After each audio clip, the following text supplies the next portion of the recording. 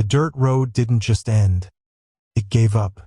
I stood there with my boots sinking into the soft, black mud of the North Carolina high country. Behind me, the world of paved streets and gas stations felt like a dream I'd had a long time ago.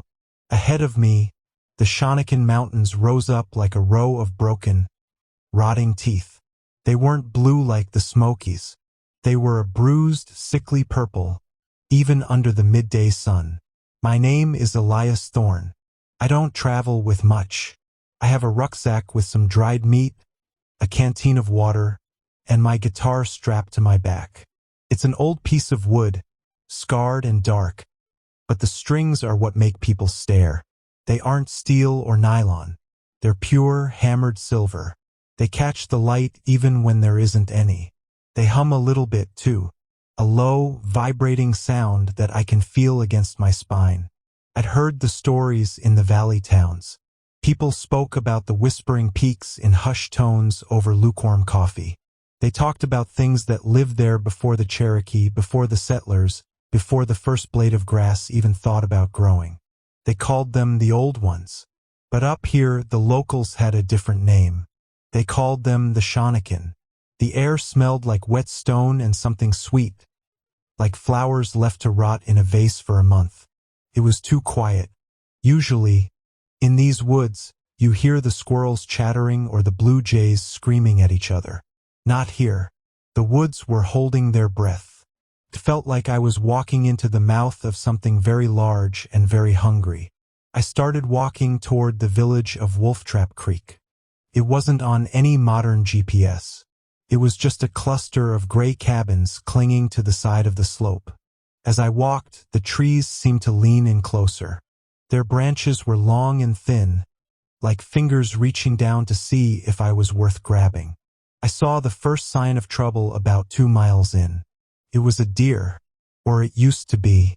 It was hanging from a low branch of a hemlock tree, but it wasn't a hunter's kill. No hunter wastes that much meat. The animal had been opened up from throat to tail, but nothing had been eaten. It looked like it had been displayed. Its eyes were gone, replaced by 2 smooth, white river stones. The silver strings on my back gave a sharp, sudden twang. I didn't stop. If you stop in the woods when you see something bad, you're telling the woods you're afraid. And these woods, they fed on fear like it was honey. I reached Wolftrap Creek just as the sun started to dip behind the jagged peaks. The shadows stretched out, long and thin, looking like dark liquid spilling across the ground. The cabins were old, hand-hewn logs that had turned the color of bone. There was no electricity here, no phone lines, just the smell of wood smoke and something sharper, something like ozone. A man was sitting on a porch, whittling a piece of cedar. He didn't look up when I approached. He was thin, his skin like wrinkled parchment paper pulled tight over a skull. "Road ends here, traveler," he said.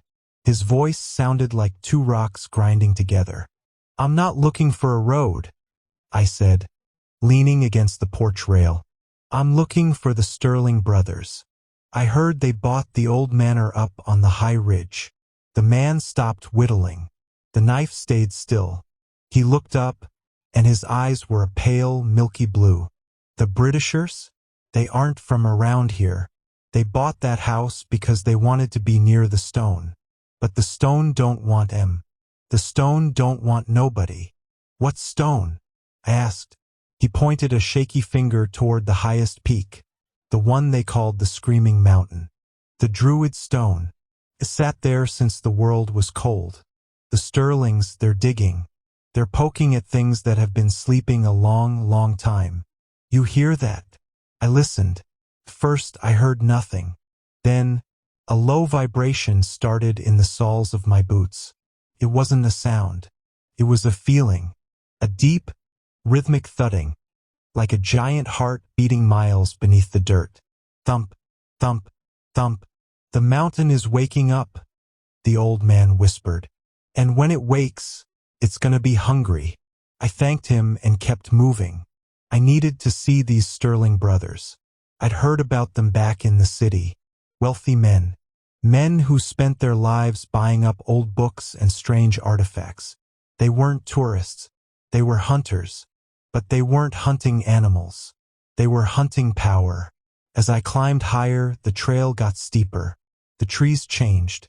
They weren't oaks or pines anymore. They were gnarled, twisted things with bark that looked like gray skin. They didn't have leaves. They had long, black needles that hissed when the wind blew through them. I felt it before I saw it. A cold chill that didn't come from the wind. It was a pocket of air that felt like it had been trapped in a tomb for 1,000 years. I stepped into a clearing and saw the manor. It was a massive 3-story house built of dark stone.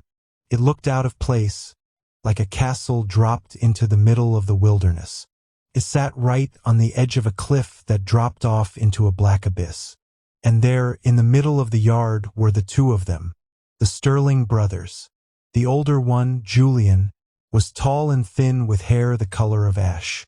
He was wearing an expensive suit that looked ridiculous in the mud.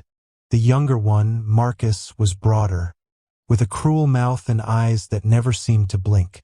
They were standing over a hole in the ground. Beside the hole lay something that made my stomach turn. It was a dog, a big hunting hound.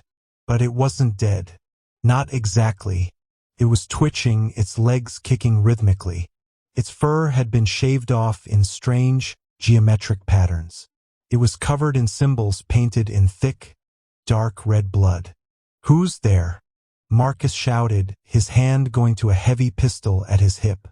"Just a traveler," I said, stepping into the light of their lanterns. "I play the guitar, looking for a place to rest." Julian looked at me. His eyes went straight to my back. "Silver strings," he whispered. His voice was cultured, smooth, and completely devoid of any warmth. "I've read about those. They say silver strings can play music that the dead can hear. They play just fine for the living, too," I said. "You've come at an interesting time, Mr. Thorne," Julian said, smiling. It wasn't a friendly smile. It was the smile a cat gives a mouse before it breaks its neck. "We are about to prove that history is a lie. We are about to wake the true masters of this land." "The Shonokin?" I asked. Marcus laughed. It was a sharp, barking sound. "The Shonokin aren't just myths, boy. They're the foundation. And they've been trapped under this mountain for long enough. We have the keys. We have the blood." He pointed to the hole. I walked closer, my heart hammering against my ribs. The hole wasn't just a pit. It was a shaft, lined with smooth, black glass. It went down so deep I couldn't see the bottom. But from the darkness, a sound was rising. It wasn't a voice. It was a chorus of wet, clicking noises. It sounded like a million insects gnashing their teeth together. And with the noise came a smell. It was the smell of the deer in the tree. Rot, old blood, and something ancient and cold. Suddenly, the silver strings on my guitar began to glow. They didn't just shine. They hummed a note so high and sharp it made my ears bleed. "Get back," I yelled. But Julian didn't move. He reached into his pocket and pulled out a small, jagged piece of white bone. He tossed it into the shaft. The clicking stopped. For 3 seconds there was absolute silence. Not even the wind dared to move. Then the mountain screamed. It wasn't a human scream. It was the sound of the earth being torn apart. The ground buckled, throwing me off my feet. I hit the mud hard. The wind knocked out of my lungs. I looked up and saw something climbing out of the hole. It was pale. The skin looked like wet dough. It had no eyes, just deep, black pits where eyes should be. Its fingers were too long, with too many joints, and they ended in hooked, yellow claws. It didn't have a nose, just 2 slits that pulsed as it sniffed the air. It was a Shonokin, and it wasn't alone. Dozens of them were pouring out of the ground, their pale bodies slick with black slime. They didn't look at the Sterlings. They looked at the woods. They looked at the village below. Julian Sterling stood there, his arms spread wide.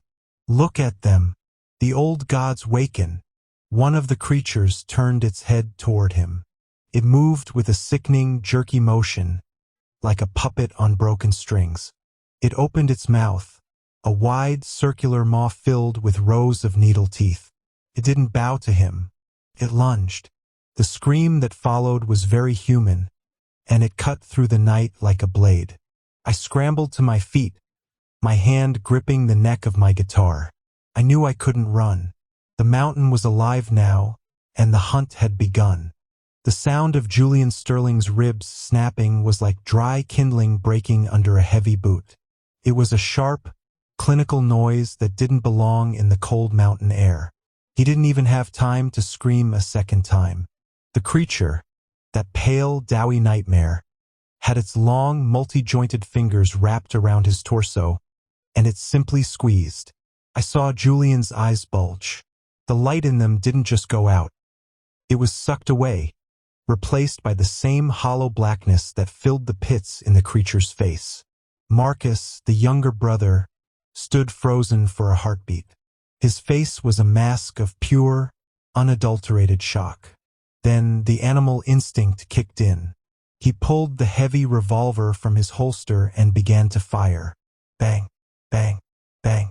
The muzzle flashes were blinding in the dark, casting jagged shadows against the stone manor.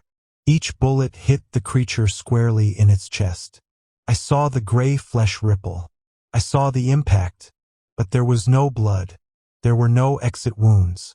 It was like he was shooting a pile of wet clay. The creature didn't even flinch. It just turned its head, that circular mouth dripping with a thick, clear fluid that looked like liquid grease. "Run, you fool!" I shouted, but my voice felt small against the backdrop of the mountain's low, vibrating hum. Marcus didn't run. He kept pulling the trigger until the hammer clicked on an empty chamber. The creature dropped Julian's limp body like a piece of trash and began to move toward Marcus. It didn't walk. It skittered. Its limbs moved in ways that defied human anatomy, clicking and popping with every jerky stride. I knew I had to do something.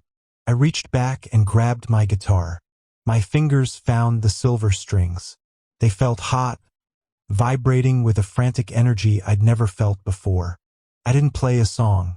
I didn't play a melody. I just gripped the neck and struck a single hard chord. Twang. The sound wasn't musical. It was a physical force. It ripped through the air like a silver blade. The creature stopped mid-skitter. It shrieked. A high, piercing sound that felt like a needle being driven into my brain. It recoiled, its pale skin bubbling where the sound hit it. "Marcus! Now!" I yelled. This time, Marcus listened. He turned and bolted toward the tree line, his boots sliding in the mud. I didn't wait to see if the creature recovered. I turned and ran right after him, diving into the dark embrace of the woods. But these weren't the woods I had walked through an hour ago. The forest had shifted. The trees felt closer, their gnarled branches weaving together above our heads to block out what little starlight was left. The ground was no longer just dirt and needles. It felt soft and spongy, like walking on an old, moss-covered mattress. And the smell was overwhelming now. It was the scent of a deep, forgotten cellar where things had been left to rot for centuries. We ran for what felt like miles, but the manor never seemed to get any further away. Every time I looked back, I could see the dim glow of the lanterns through the trees. It was like we were running on a treadmill, the mountain itself stretching the space between us and safety. We have to get to the village," Marcus panted. He was leaning against a tree, his expensive suit torn to ribbons. My car is there." "Your car won't help you," I said, trying to catch my breath. The silver strings on my back were still humming, a low warning bell against my spine. "Those things, they aren't just animals. They're part of this place. You woke up the mountain, Marcus. You and your brother poked a beehive that's been dormant since the Ice Age." "We didn't know," he whined. The arrogance from before was gone, replaced by a pathetic, whining terror. The books said they were guardians. They said they could be controlled. Books lie, I snapped, especially the ones written by men who want power they didn't earn. We started moving again, but slower this time. The silence of the woods was worse than the screaming. It was a heavy, thick silence that seemed to press against my eardrums. I could hear Marcus's ragged breathing, and I could hear the wet thwack of my own boots in the mud. Then I heard something else. It was a rustling sound. It didn't come from the trees. It came from the ground. We had reached a part of the slope where the trees thinned out, replaced by a vast field of what looked like tall, white grass. In the moonlight, it shimmered like a field of bone. It was waist-high and moved in waves, even though there wasn't a breath of wind. "Don't go in there," I whispered, reaching out to grab Marcus's shoulder.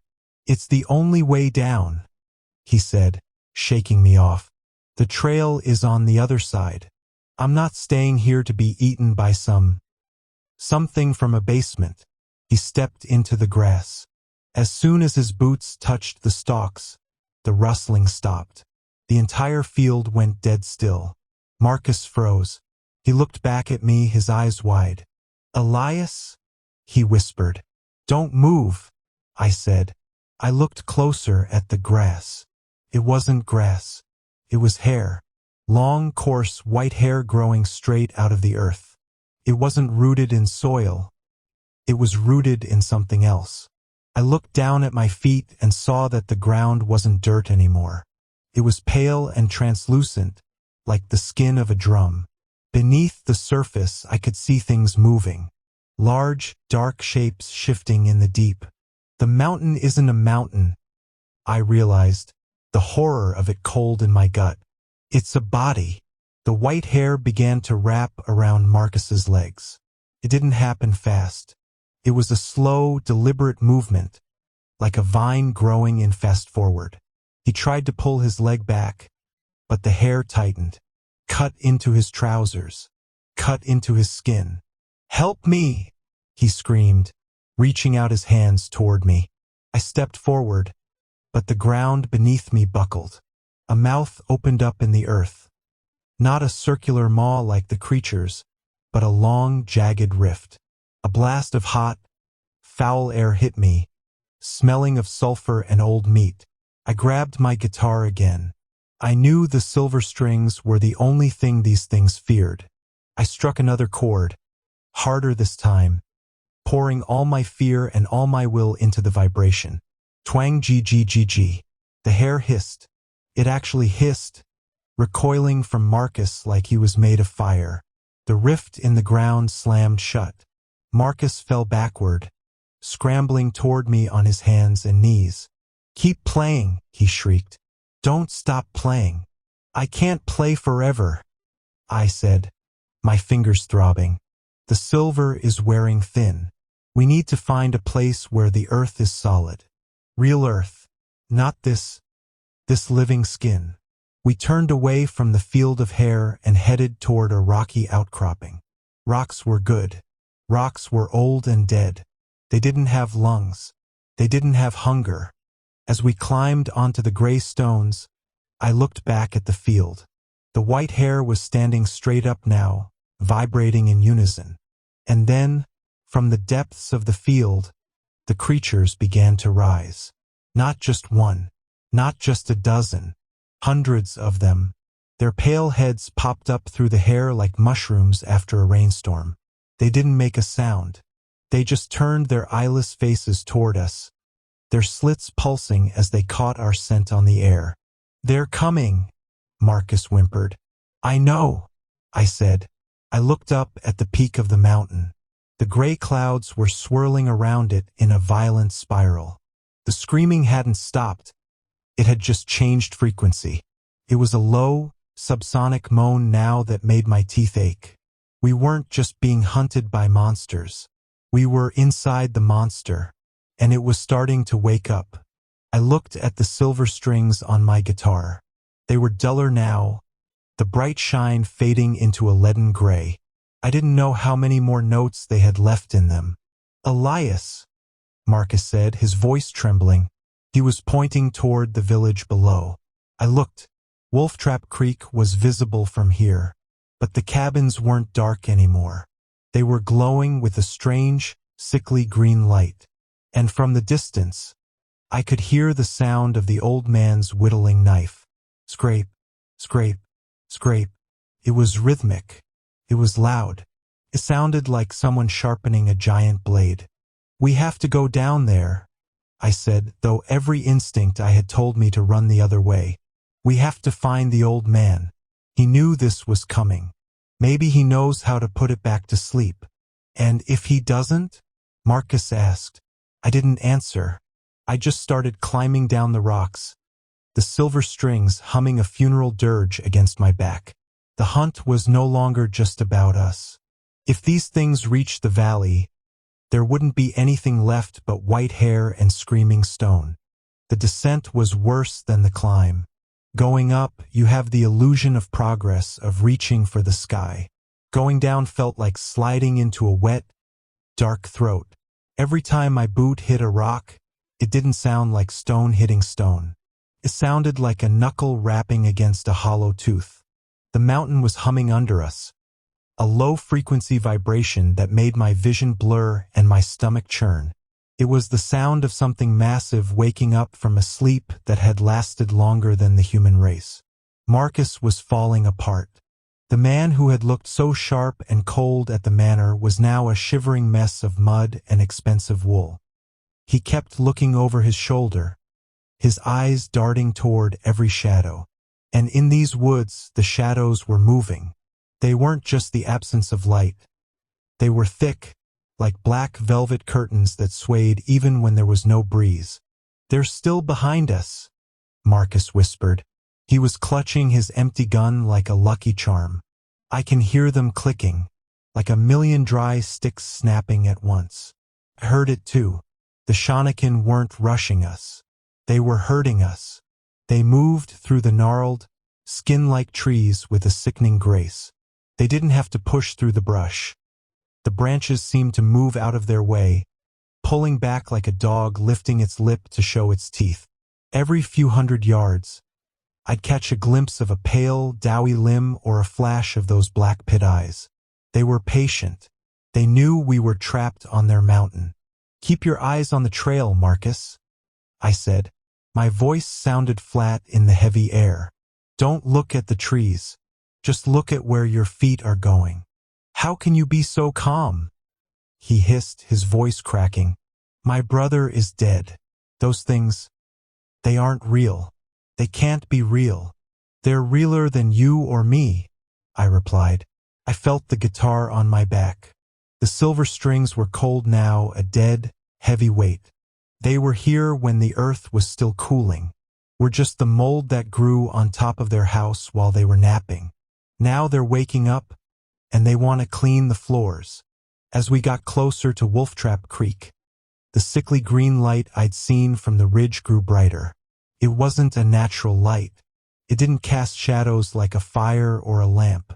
It seemed to come from inside the objects themselves, the rocks, the moss, the very air. It was the color of a stagnant pond, the color of a bruise that wouldn't heal. It made the world look like a faded photograph from a nightmare. We broke through the final line of trees and stumbled into the clearing where the village sat. It was silent, deathly silent. The cabins were still there, their bone-colored logs glowing with that pale green radiation. But there was no wood smoke, no dogs barking, no sound of life at all. The entire village looked like a museum exhibit that had been left underwater for 100 years. Where is everyone? Marcus asked, his voice barely a breath. In the cellars, maybe, I said. Or gone. I looked toward the porch where I'd seen the old man earlier. He was still there. He hadn't moved an inch. He was sitting in his rocking chair, the cedar wood in one hand and the whittling knife in the other. But he wasn't whittling anymore. He was just staring out into the dark. I stepped onto the porch. The wood groaned under my weight, a long, drawn-out sound like a dying animal. Legay? I asked. I didn't know if that was his name, but it felt right. We're back. The Sterlings. They did it. They opened the shaft. The old man didn't turn his head. His eyes were fixed on the mountain peak. But he spoke. His voice was even thinner than before, like wind whistling through a crack in a tombstone. I told you, he said, the stone don't want nobody, and the Shonokin, they don't forget. They remember when the sun was small and the moon was new. They remember the taste of us. We need to get out of here, Marcus said, grabbing the old man's shoulder. We have a car. We can get to the valley. We can bring the police, the army. Legay laughed. It was a wet, rattling sound deep in his chest. He slowly turned his head to look at Marcus. The green light was reflecting in his milky eyes, making them look like two glowing marbles. You think the valley is safe? Legay asked. The mountain isn't just a hill, boy. It's a root, and the roots go deep. They go under the towns, under the cities, under the whole world. When the Shonokin rise here, they rise everywhere. The earth is just a crust on a pie, and they're the filling. Marcus backed away, his face turning a shade of gray that matched the mountain. I looked down at Legay's lap. The piece of cedar he had been carving wasn't a toy or a tool. It was a face, a tiny, perfect recreation of the Shonokin creatures. It had the same sightless pits for eyes, the same circular maw. And as I watched, a drop of dark, black liquid leaked from the carving's mouth. You're one of them, Marcus whispered, his hand going back to his empty gun. No, Legay said, his voice turning cold. I'm just a witness. Every mountain needs a witness. Someone to remember the old ways so the new ways can be buried. Suddenly, the silver strings on my back gave a violent thrum. It was so loud it made me stumble. I reached back and touched the wood of the guitar. It was burning hot. Elias! Marcus screamed. I spun around. The Shonokin weren't in the trees anymore. They were in the village. They were crawling over the roofs of the cabins, their pale bodies blending in with the glowing wood. They were sliding out from under the porches. They were dropping from the eaves like giant, fleshy spiders. There were hundreds of them now, an army of the eyeless, their limbs clicking and snapping as they surrounded the porch. They didn't attack right away. They just stood there, swaying in unison, their slits pulsing. The green light seemed to pulse with them, a rhythmic heartbeat of decay. One of the creatures stepped forward. It was larger than the others, its skin scarred and covered in strange, pulsating veins. It stood on two legs, but its back was hunched so far forward its long fingers brushed the dirt. It looked at me, or rather, it pointed its face at me. The singer, a voice said. It didn't come from the creature's mouth. His mouth didn't move. The voice came from the air itself. It sounded like the grinding of tectonic plates, a sound so deep it made my bones ache. The singer with the silver bite, the voice rumbled. You carry the metal of the stars, the metal that burns the earth. I carry what I need to keep the dark back, I said, my voice surprisingly steady. I unslung the guitar and held it by the neck. The silver strings were glowing now, but not with the green light. They were shining with a pure, white radiance that cut through the muck like a searchlight. The creatures hissed, drawing back from the light.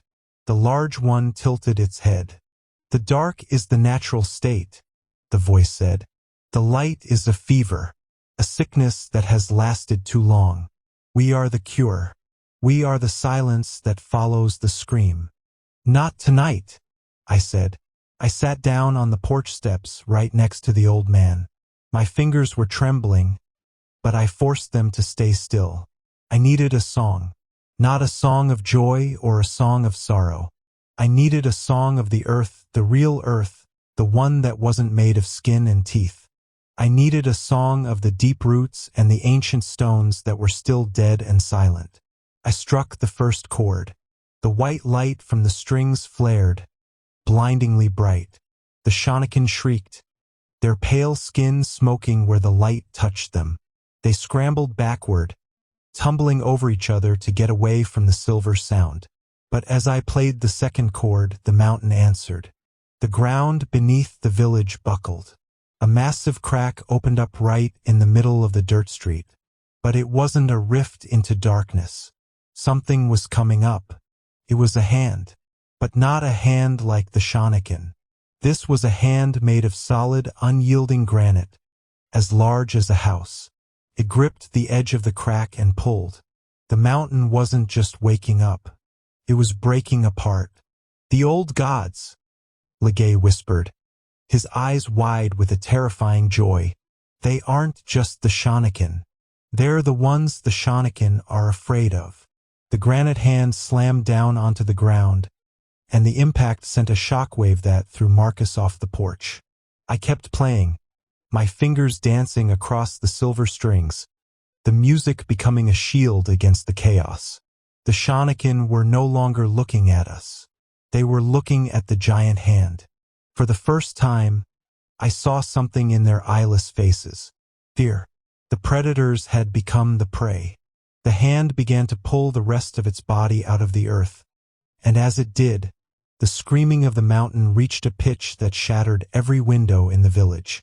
The green light was swallowed by a roar of dust and stone. Run! I yelled to Marcus, who was trying to crawl away. Run while they're distracted. But Marcus didn't move. He was staring at the ground, because the ground under his feet was starting to open up too. And this time it wasn't a hand coming out. It was a mouth the size of a well, filled with teeth made of obsidian. I swung the guitar, trying to hit another chord to save him, but the silver strings were gray again. I had used up the last of their light. Elias!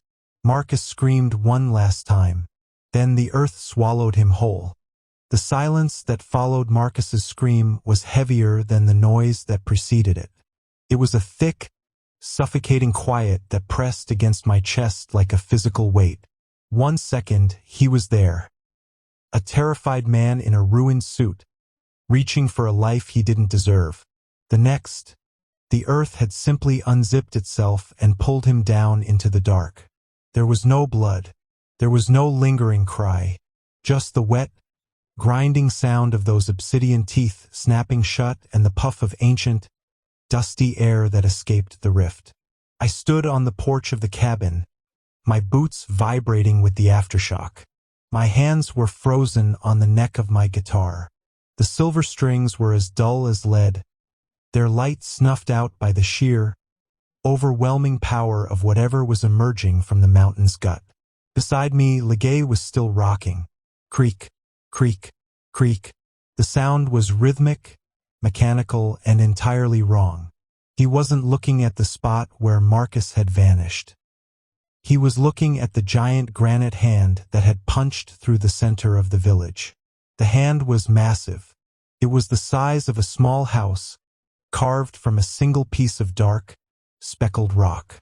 It didn't have skin or hair, but it had texture, the jagged, weathered surface of a cliffside that had seen 10,000 winters.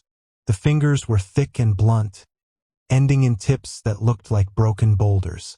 As I watched, the hand flexed. It gripped the edge of the shattered earth, and the sound of it was like a landslide happening in slow motion. Grind, crack, boom. The first one, Legay whispered. His voice was different now. It didn't sound like a man's voice at all. It sounded like the wind blowing through a hollow log. The Shonokin are just the lice on its back, Elias. They're the scavengers. But this is the bone of the world. The Shonokin, those pale, doughy nightmares that had been hunting us, were in a state of total frenzy. They weren't the calculated predators anymore. They were like cockroaches when a boot comes down. They were scurrying over the roofs, leaping from the eaves, and throwing themselves into the darkness of the woods. Some of them weren't fast enough. One of the granite fingers swept across the dirt, moving with a deceptive, sluggish speed. It caught 3 of the creatures in its path. There was no sound of bones breaking. There was only the sound of wet fruit being stepped on. The creatures were flattened instantly. Their pale bodies turned into a translucent smear against the dark stone. The granite hand didn't even slow down. It was pulling the rest of its body up. "We have to go," I said, my voice cracking. I grabbed Legay by his thin shoulder. "Legay, we have to get off this mountain before the whole thing collapses." Legay turned his head. His eyes were gone. Not closed, not gouged out, just gone. In their place were two small, flickering green lights, the same color as the radiation that was poisoning the village. He smiled, and his teeth looked like shards of yellowed ivory. "You can't leave a body while it's waking up, Elias," he said. "You're a cell in the brain. I'm a nerve in the spine. And the Sterlings? They were just the itch that finally made it move." He stood up, and for a second he seemed to grow taller. His limbs looked long and spindly, and his skin turned the color of wet ash. He didn't walk off the porch. He flowed off it, his feet barely touching the stairs. He started walking toward the giant hand, his arms spread wide as if he were welcoming an old friend. I didn't follow him. Couldn't. Every instinct I had, every drop of blood in my veins, was screaming at me to run. But where? The woods were crawling with Shonokin. The road was gone. The village was a graveyard. I looked at my guitar. The silver strings were the only thing that had kept me alive this long. They were a gift from my grandfather, who had told me they were forged from a star that fell in the high desert. He told me they didn't play music. They played the truth. And the truth was I was out of time. I reached into my rucksack and pulled out a small leather pouch. Inside was a coil of spare silver wire. It wasn't as old as the strings on the guitar, but it was pure. My fingers were shaking so badly I could barely hold the pliers. I needed to restring the hyena. It had snapped or gone dead during the fight in the field. The ground buckled again. The porch of the cabin groaned and began to tilt. One of the support beams snapped with a sound like a gunshot.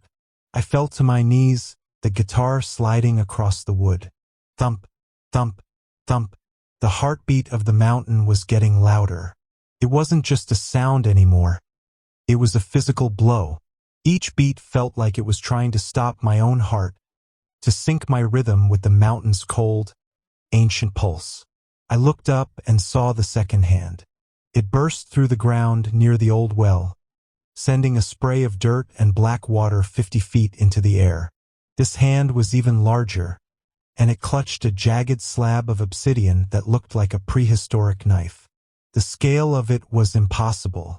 If these were just the hands, how big was the head? How big was the rest of the god? I realized then that the screaming mountain wasn't a mountain at all. It was a tomb. A massive geological sarcophagus that had been built to hold something that should never have been allowed to exist. And the Sterlings had picked the lock. I forced myself to focus. I grabbed the silver wire and began to thread it through the bridge of the guitar. My fingers were bleeding where the sharp ends poked me, but I didn't feel the pain. I only felt the cold. The air temperature had dropped 30 degrees in the last minute. My breath was coming out in thick white clouds. "The stone," I whispered to myself. "The druid stone." The old man had mentioned it. The Sterlings had been obsessed with it. It sat at the very peak, the highest point of the Shonokin Range. If this entity was waking up, the stone was the crown. It was the focus. If there was any way to put this thing back to sleep, or at least to stop the rising, it had to be up there. I finished winding the string.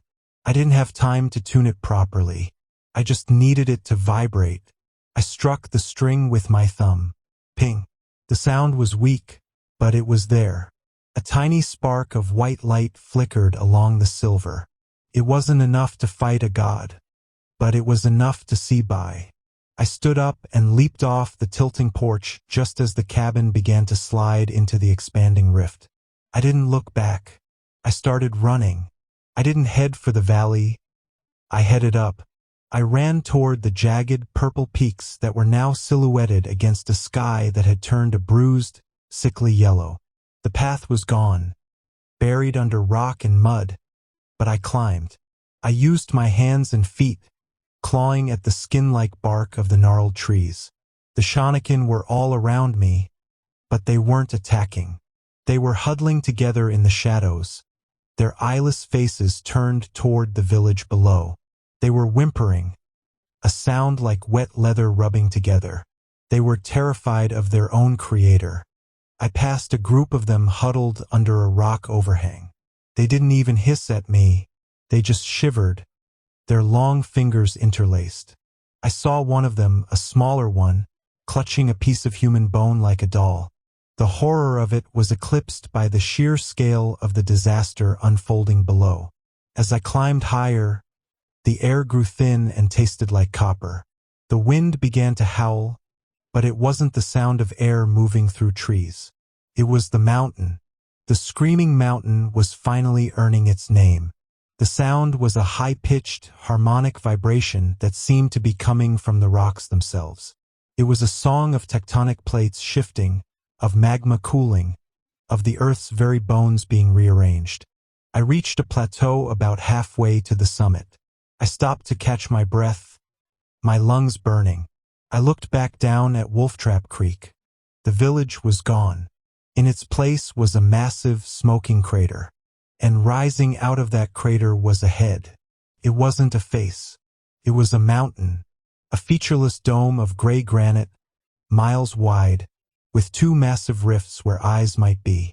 There was no mouth, only a jagged crack that stretched from one side of the horizon to the other. It didn't have a neck. It was part of the earth itself. It was as if the crust of the planet was simply standing up. And on top of that head, miles above me, I could see a single glowing point of light. The Druid Stone. It was pulsing with a rhythmic, golden radiance that defied the green decay of the Shonokin. It was the only thing on the mountain that felt right. It was a beacon, a signal, or maybe a lid. I looked at my guitar. The silver strings were beginning to hum in sympathy with the stone. The vibration was so strong I could feel it in my teeth. "All right?" I whispered, my voice lost in the roaring wind. "You want a song?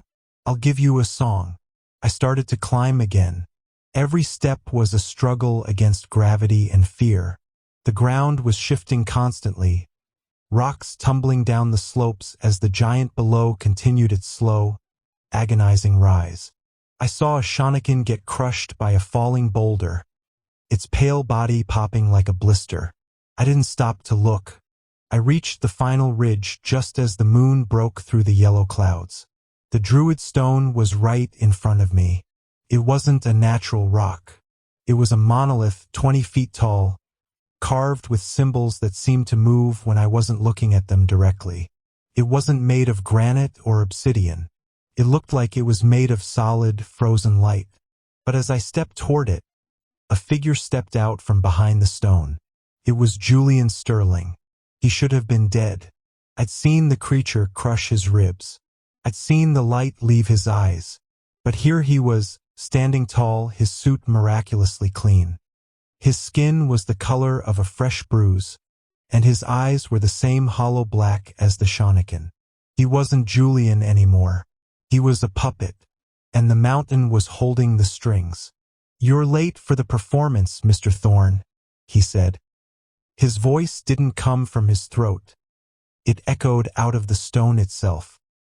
He held up his hand, and I saw that his fingers had grown long and multi-jointed. In his palm, he held a jagged shard of silver, the string I had lost earlier. "The mountain needs a new voice," he whispered, "and you have the only strings left that can play it." He lunged at me, his movements jerky and wrong, and the air around the Druid Stone began to scream. Julian Sterling didn't fall. He didn't stumble. He moved with a sickening, liquid grace that made my stomach do a slow, cold flip. His body had been broken back at the manor. I had heard the bones snap like dry winter twigs, but now those bones seemed to have been replaced by something else. something flexible and wrong.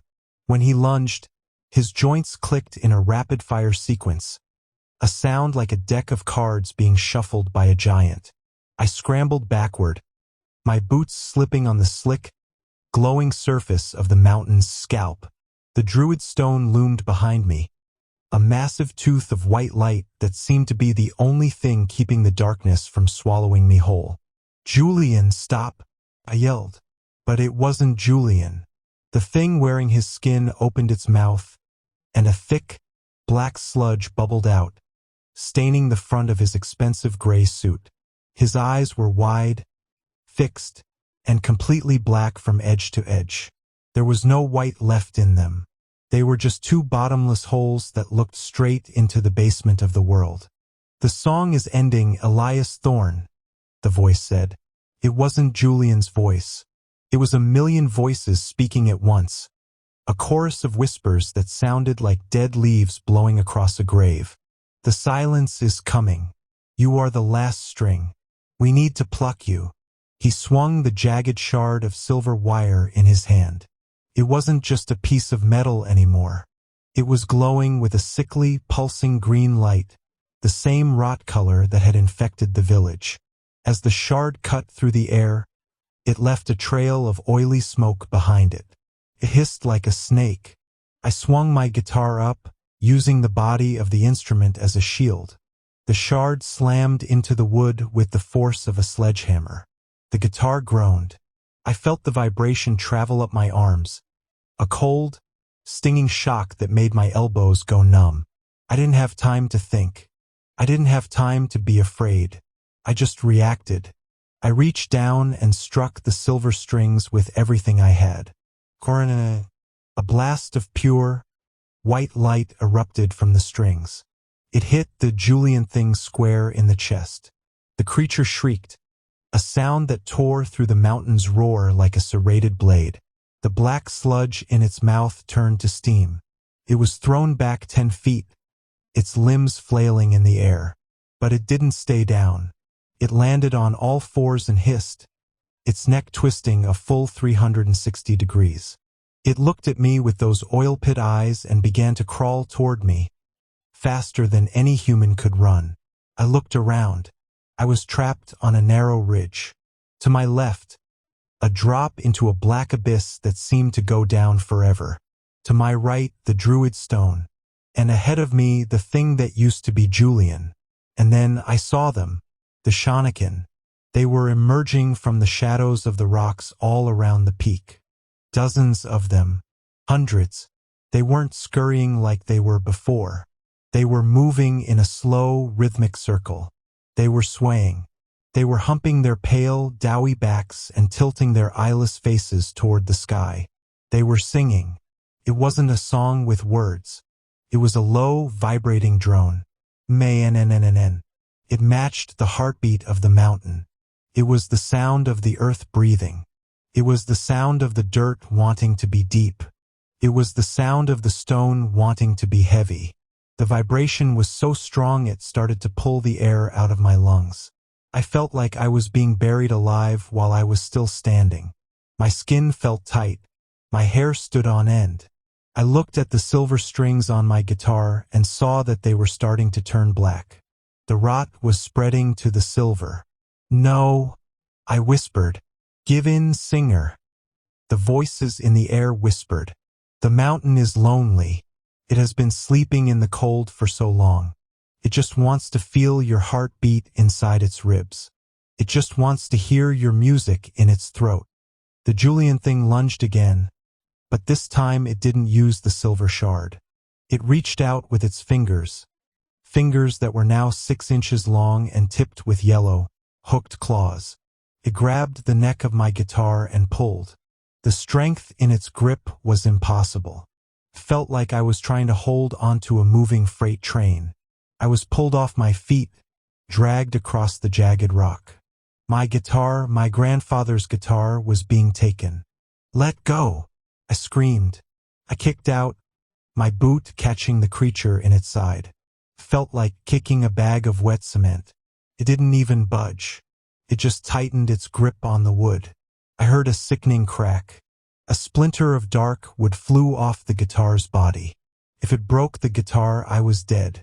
If it broke the guitar, the silver strings would lose their voice, and the Shonokin would swarm. I did the only thing I could think of. I reached out and grabbed the silver strings with my bare hand. The pain was instant. It felt like I had reached into a furnace and grabbed a handful of white-hot coals. The silver burned into my palm, the metal reacting to my touch. But the light, the white, pure light, flared up again, 10 times brighter than before. The light didn't just shine. It burned. It traveled through my arm, through my chest, and out through the guitar. The Julian thing screamed. It wasn't a whisper scream anymore. It was a howl of pure agony. The pale skin of its hands began to melt, dripping off the guitar like hot wax. Tried to let go, but it couldn't. The light had pinned it to the instrument. I didn't stop. I poured every bit of my will, every bit of my fear, and every bit of my love for the high, clean air of the world into those strings. I played a note that wasn't a note. It was a scream. Quad NNNG. The explosion of sound was so loud it knocked the Shonokin back. The Julian thing disintegrated. One moment it was a man-shaped puppet, and the next it was a cloud of black ash blowing away in the mountain wind. The silver shard it had been holding fell to the ground. Its green light snuffed out. I collapsed onto the rock, my hands smoking, my heart hammering like a trapped bird. My palm was a mess of blisters and silver-gray marks, but I still had the guitar. I looked up, gasping for air. The druid stone was shaking. The symbols carved into its surface were glowing with a frantic, stuttering golden light. The mountain scream had changed. It was no longer a moan. It was a roar of fury. The giant granite head was almost all the way out of the ground now. I could see the massive shoulders rising through the clouds below. The entire ridge I was standing on began to tilt at a 45-degree angle. I grabbed onto the base of the druid stone, my fingers digging into the cold, ancient rock. Elias! I frozen. That voice. It didn't come from the air. It didn't come from a puppet. It came from the stone. I looked up. In the center of the monolith, a face was forming. It wasn't a human face. It was a face made of light and shadow, shifting and changing. It looked like my grandfather. Then it looked like a woman I'd never seen. Then it looked like a warrior from 1,000 years ago. The mountain cannot be killed, the face said. Its voice was like the sound of a deep, clear bell. It is the earth itself.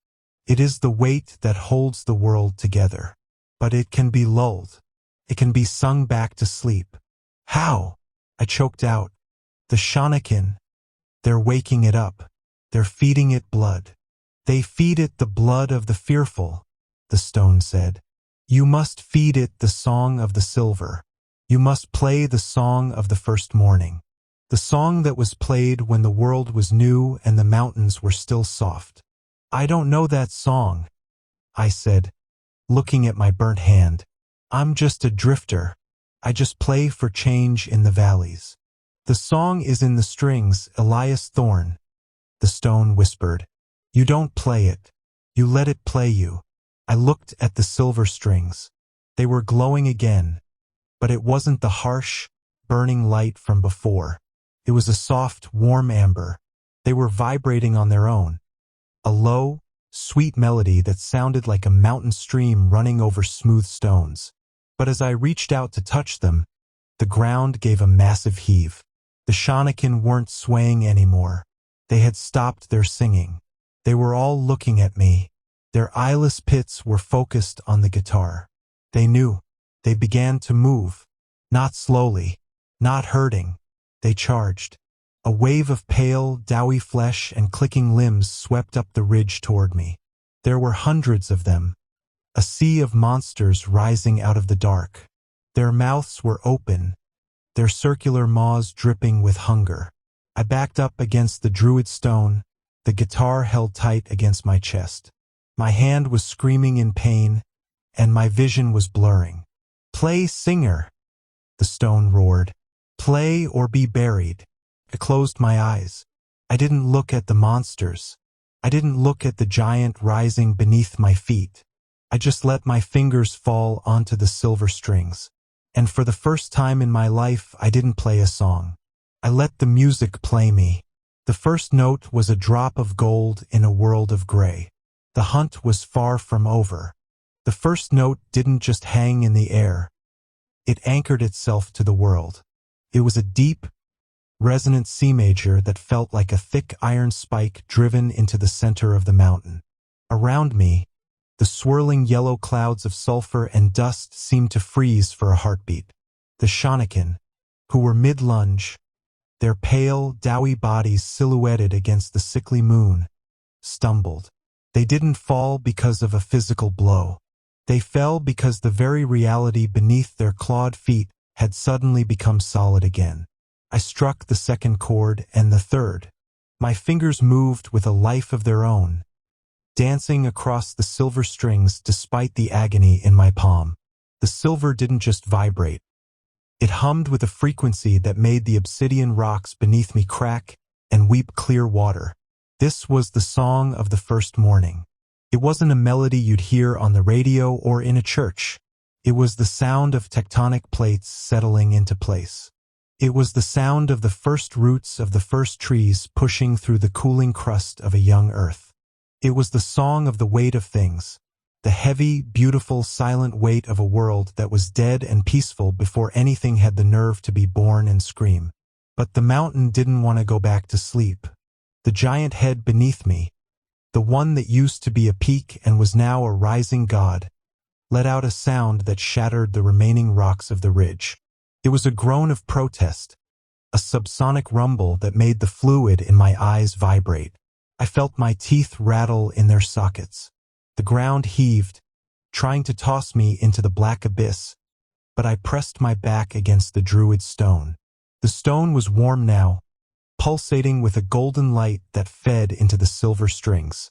The Shonokin recovered. They weren't just lice anymore. They were the mountain's white blood cells, and I was the infection. They began to crawl toward me again, but their movements were different. They weren't skittering or clicking. They were unhinging their circular maws so wide their entire heads seemed to split open. And then they began to eat. They didn't eat me. They didn't eat the trees. They knelt down and began to devour the mountain itself. They bit into the glowing obsidian, their needle teeth grinding the rock into powder. This was the song of the earth eaters.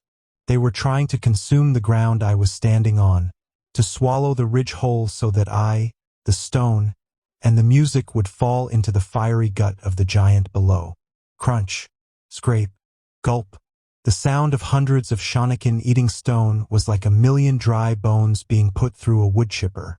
It was a rhythmic, wet, grinding noise that made my skin crawl. Every time they took a bite, the ridge shrunk. The cliff edge moved closer to my boots. The black abyss yawned wider. "Don't stop, Elias."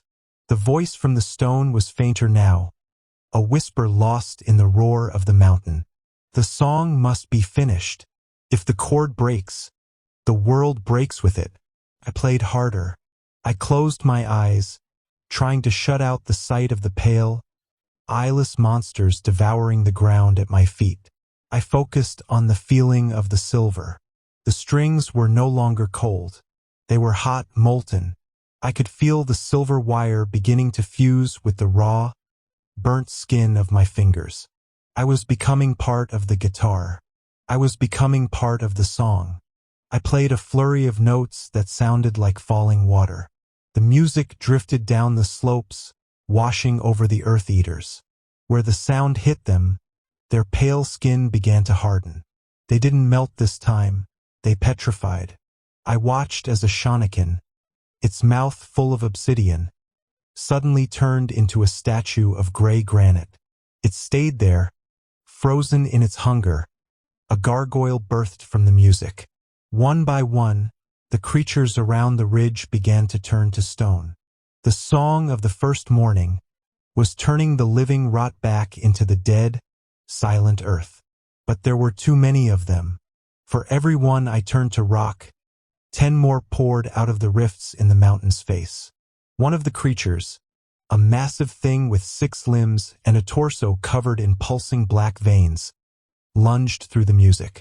It was faster than the others, its skin thicker, more resistant to the silver's light. It ignored the petrifying notes and slammed its heavy, doughy body into my chest. The air left my lungs in a sharp whoosh.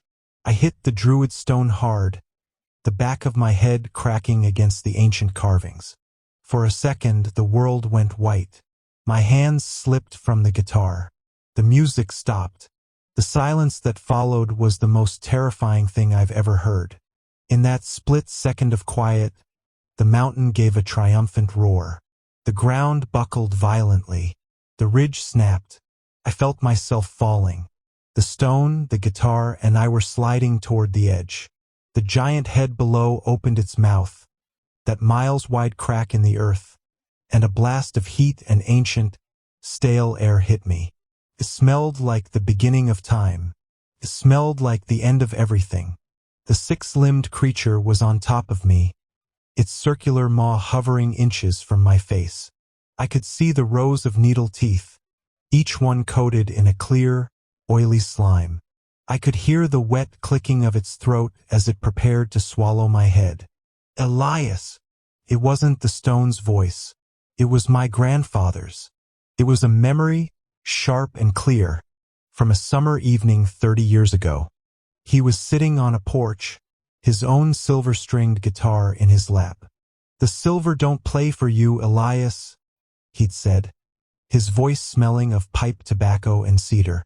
"It plays for the things that can't speak. Plays for the bones of the hills. If you ever find yourself in the dark, don't look for the light. Be the light." I didn't reach for the guitar. It was pinned under the creature's weight. Instead, I reached for the silver wire that was fused into my own skin. I grabbed the high E string, the one I had replaced myself, and I pulled. I didn't pull it off the guitar. I pulled it into my own pulse.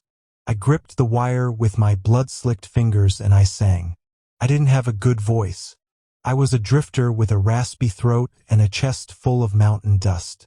But I sang the only note I knew was true. It was a scream of pure, unyielding life. The vibration went from my lungs, through my arms, and into the silver. The wire flared with a light so intense it didn't just illuminate the night. It erased it. The creature on top of me didn't just turn to stone. It shattered. It exploded into 1,000 fragments of gray pebble and black ash. I scrambled to my feet, my hand gripping the guitar neck like a lifeline. I didn't sit. I didn't hide. I stood on the very edge of the crumbling ridge, my boots half hanging over the abyss, and I played the final movement of the song. I played the sound of the sun setting for the first time. I played the sound of the stars being mirrored in a still pond. I played the sound of the deep, heavy sleep that comes after a long, long day. The giant beneath me paused. The rifts in its face, the massive eyes of the mountain, began to glow with a soft, amber light. The roar turned into a sigh. It was a sound that shook the clouds, but it wasn't a sound of anger. It was a sound of exhaustion. The mountain was tired. It had been awake for too long. It had seen too much. It wanted the dark. It wanted the quiet. The granite hands that had crushed the village began to soften, sinking back into the dirt. The massive head tilted back, the mouth closing with a sound like a distant thunderstorm. The Shonokin, the few that hadn't been turned to stone, began to wail. It was a thin, pathetic sound. Without the mountain's waking rage to feed them, they were nothing but pale slugs in the moonlight. They crawled back into the cracks, back into the deep places where the sun never reaches. The ridge stopped shaking. The ground beneath my feet felt solid. Not like skin, not like a body, but like old, honest rock. I played the final chord. It was a low, lingering note that seemed to go on forever, echoing through the valleys and over the bruised purple peaks. G major. The druid stone gave one last, bright flash of gold, and then it went dark. The symbols on its surface faded, returning to the weathered, gray marks they had been for centuries. I slumped against the stone, my breath coming in ragged, sobbing gasps. My hand, the one fused with the silver, was numb. The guitar was a wreck, the wood cracked and the finish scorched, but the silver strings were still there. They were dull now, as gray as lead, their job finished. I looked down toward Wolftrap Creek. The green light was gone. The village was a shadow in the valley, a ghost of a place that the world would soon forget. There was no sign of the Sterlings, no sign of Marcus, no sign of the old man. The mountain was a mountain again, but as I sat there in the cold, thinning air, I felt a vibration. It was tiny, smaller than a heartbeat. It was a low, rhythmic thudding deep, deep in the earth. Thump, thump, thump. It wasn't waking up. Not yet, but it was still there. It was always going to be there. I stood up, my legs shaking. I needed to get down. I needed to find a road that didn't end in mud. I needed to find a place where the air didn't taste like the beginning of time. I started to walk, my boots crunching on the new gravel. But as I passed the spot where the six-limbed creature had exploded, I saw something. A small, jagged piece of white bone. It wasn't a Shonokin bone. It was a human finger bone, and tied around it was a small silk thread from a gray suit. I didn't pick it up. I didn't even stop. I just kept walking into the dark, the silver-strung guitar heavy on my back, listening to the mountain breathe in its sleep. The song was over, but the silence was just beginning. I played a flurry of notes that sounded like falling water. The music drifted down the slopes, washing over the earth-eaters. Where the sound hit them, their pale skin began to harden. They didn't melt this time, they petrified. I watched as a Shonokin, its mouth full of obsidian, suddenly turned into a statue of gray granite. It stayed there, frozen in its hunger. A gargoyle birthed from the music. One by one, the creatures around the ridge began to turn to stone. The song of the first morning was turning the living rot back into the dead, silent earth. But there were too many of them. For every one I turned to rock, 10 more poured out of the rifts in the mountain's face. One of the creatures, a massive thing with 6 limbs and a torso covered in pulsing black veins, lunged through the music. It was faster than the others, its skin thicker, more resistant to the silver's light. It ignored the petrifying notes and slammed its heavy, doughy body into my chest. The air left my lungs in a sharp whoosh. I hit the druid stone hard, the back of my head cracking against the ancient carvings. For a second, the world went white. My hands slipped from the guitar. The music stopped. The silence that followed was the most terrifying thing I've ever heard. In that split second of quiet, the mountain gave a triumphant roar.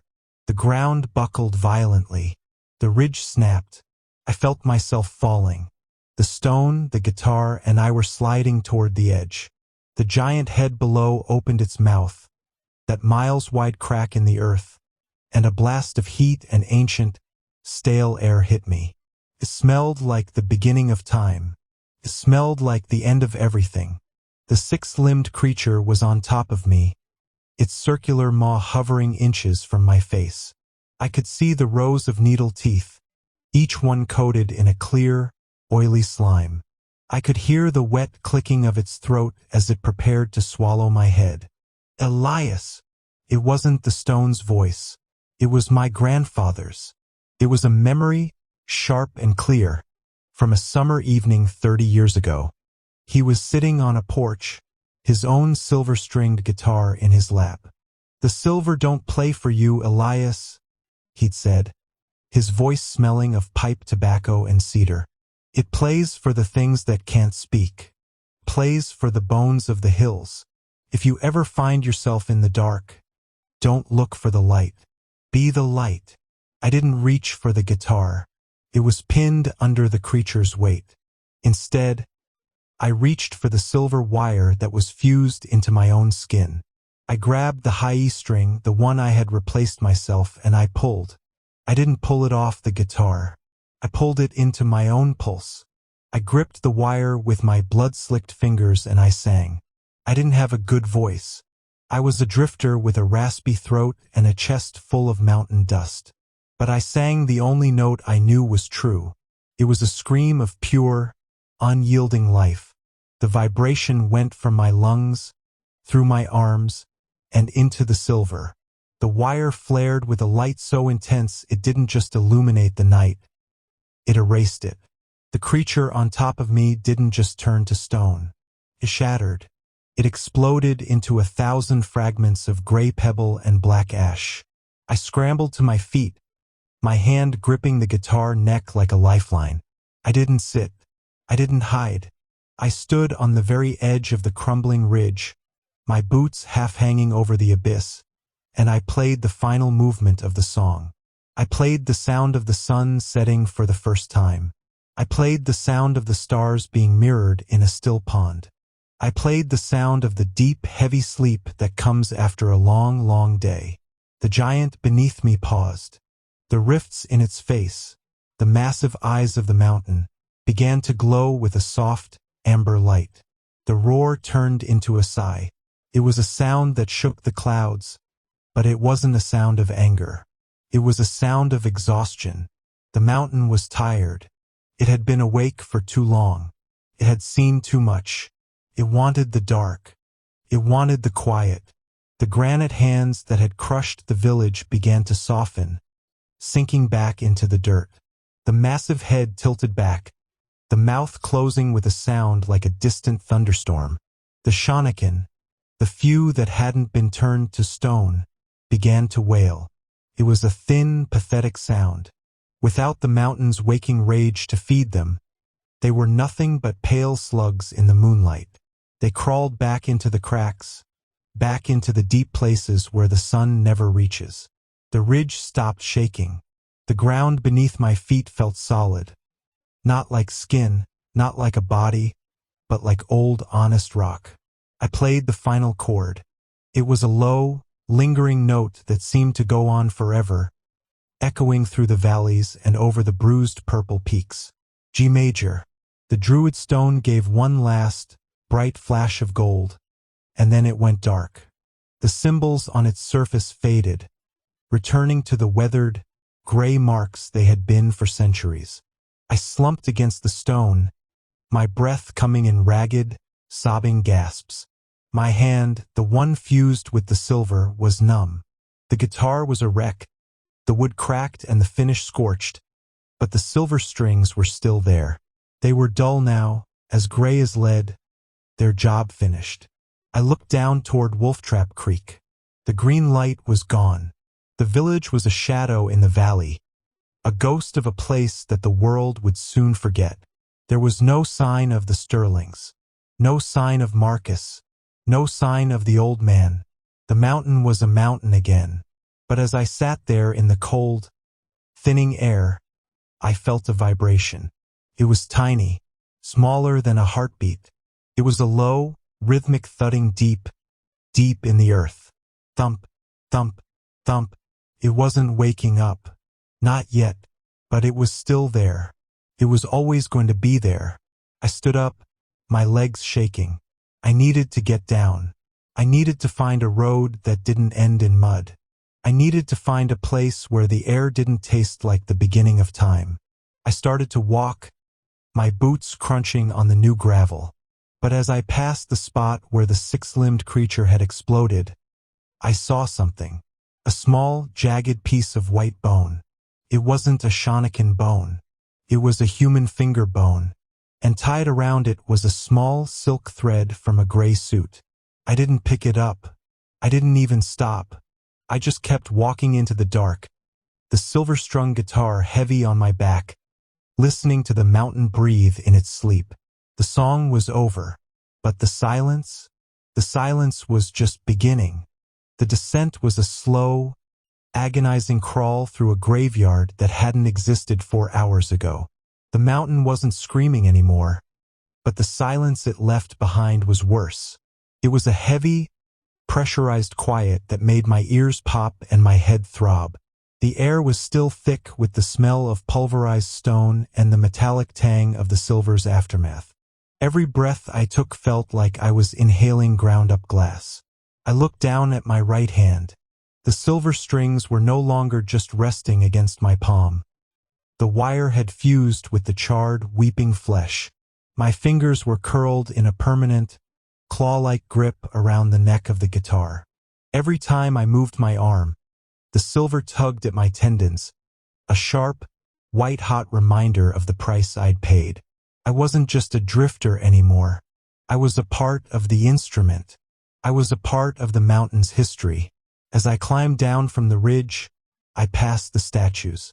The song of the first morning had done more than just quiet the giant. It had frozen the nightmare in mid-motion. The Shonokin, the ones that hadn't been obliterated, were now permanent fixtures of the landscape. I saw a group of 3, their pale bodies now cold, gray granite, huddled together in a crevice.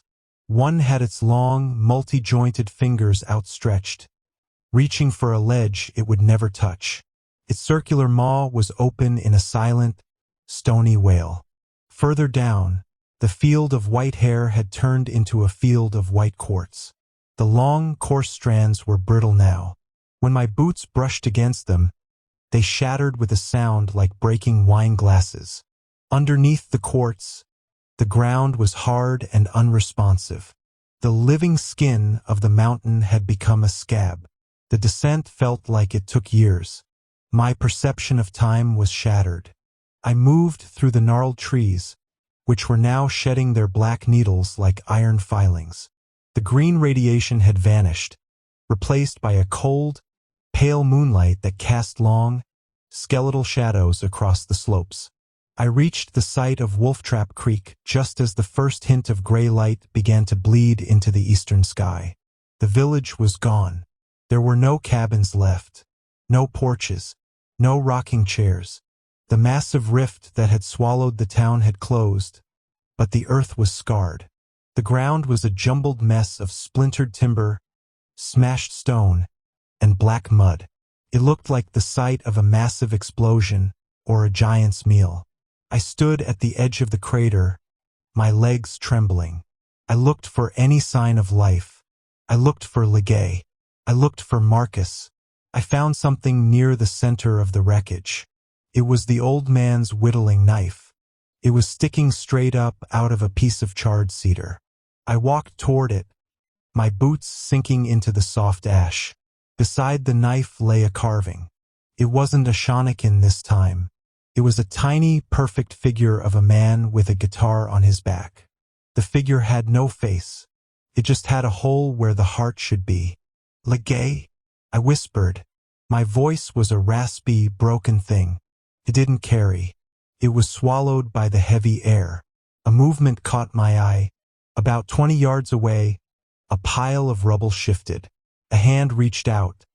A human hand, pale and shaking. Help! I stumbled toward the sound. I thought maybe Marcus had somehow survived. Maybe the mountain hadn't finished its meal. I pushed aside a heavy beam, my silver-fused hand screaming in protest. It wasn't Marcus. It was a man I didn't recognize at first. His clothes were rags. His hair was gone, his scalp covered in weeping sores. But it was his eyes that stopped my heart. They weren't black like the Shonokin, but they weren't human either. They were clear, like glass, and behind them, I could see the reflection of the mountain. Not as it was now, but as it had been, the giant, the fire, the old cold gods. He looked at me, and a terrifying smile spread across his cracked lips. "It's still in there," he wheezed. His voice was a wet rattle. "You only sang the lullaby, singer. You didn't kill the dream. Who are you?" I asked, backing away. "I'm the next witness," he said. He reached out and grabbed my boot with a strength that made my bones creak. "The mountain needs to be remembered. It needs to be fed. You think you won? You just gave it a reason to hate the sun." He began to laugh, a high, shrill sound that echoed off the purple peaks. As he laughed, his skin began to crack, not like a wound, but like dry mud. Pieces of him began to flake off, falling to the ground as gray dust. He wasn't dying. He was becoming the mountain. I kicked my foot free and scrambled away, the guitar on my back humming a low, mournful warning. I didn't look back. I ran. I ran past the ruins of the manor, which had collapsed into the black abyss. I ran down the trail where the trees were still and dead. I ran until the jagged, bruising peaks of the Shonokin were nothing but a dark smudge on the horizon. I reached the paved road just as the sun finally cleared the trees. A truck was pulled over on the shoulder, the driver standing by the hood with a thermos of coffee. He looked up as I stumbled out of the woods, a wild-eyed man covered in ash and blood, a guitar fused to his hand. "Jesus, son," the driver said, dropping his thermos. "What happened to you? You look like you went through a rock slide." I didn't answer. Couldn't. My throat felt like it was filled with dry silt. I walked toward him, the silver strings on my back catching the morning light. They didn't shine. They looked like old, tarnished lead.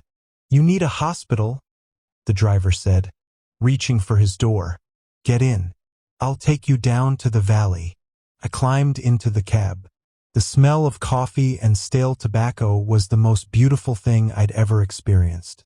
It was the smell of the world that didn't know about the things beneath the dirt. It was the smell of the lie we all tell ourselves every morning. As we drove away, the driver kept glancing at my hand. "That's a hell of a scar," he said, trying to make conversation. "You a musician?" I said. My voice sounded like it belonged to a stranger. "What happened to your guitar? Looks like it got struck by lightning." I looked down at the instrument resting against my knees. The wood was black and charred, the silver strings dead and silent. But as the truck hit a bump in the road, I felt it. A vibration. It didn't come from the strings. Came from the wood. Came from my own bones. Thump, thump, thump. It was the heartbeat, the mountain's pulse. It hadn't stayed behind on the ridge. It had followed the silver. It was inside me now. I looked out the window at the rolling green hills of the Appalachian Range. They looked peaceful. They looked solid. But I knew better. I knew they were just a thin, fragile crust. I knew that underneath the grass and the highways and the shopping malls, the old ones were shifting in their sleep. They were waiting for the next song. "You okay, buddy?" the driver asked. "You're shaking." "I'm fine," I said, closing my eyes. "I'm just tired." I leaned my head against the glass and listened to the hum of the engine. But over the sound of the tires on the asphalt, I could hear a different noise. It was a faint, distant sound, miles away and deep underground. It was the sound of a mountain, dreaming of the day it would wake up and scream again. And as I drifted off into a dark, dreamless sleep, I felt my fingers twitch against the neck of the guitar. I wasn't playing. The silver was plucking me. The mountain wasn't gone. It was just changing its voice. That's the end of our journey into the Whispering Peaks. I hope that story gave you a few chills to take to bed tonight. If you're still breathing, do me a huge favor. Make sure you're subscribed to the channel and leave a comment letting me know which part of the mountain creeped you out the most. Stay safe out there, and remember, if you hear a mountain screaming, don't go looking for the reason why.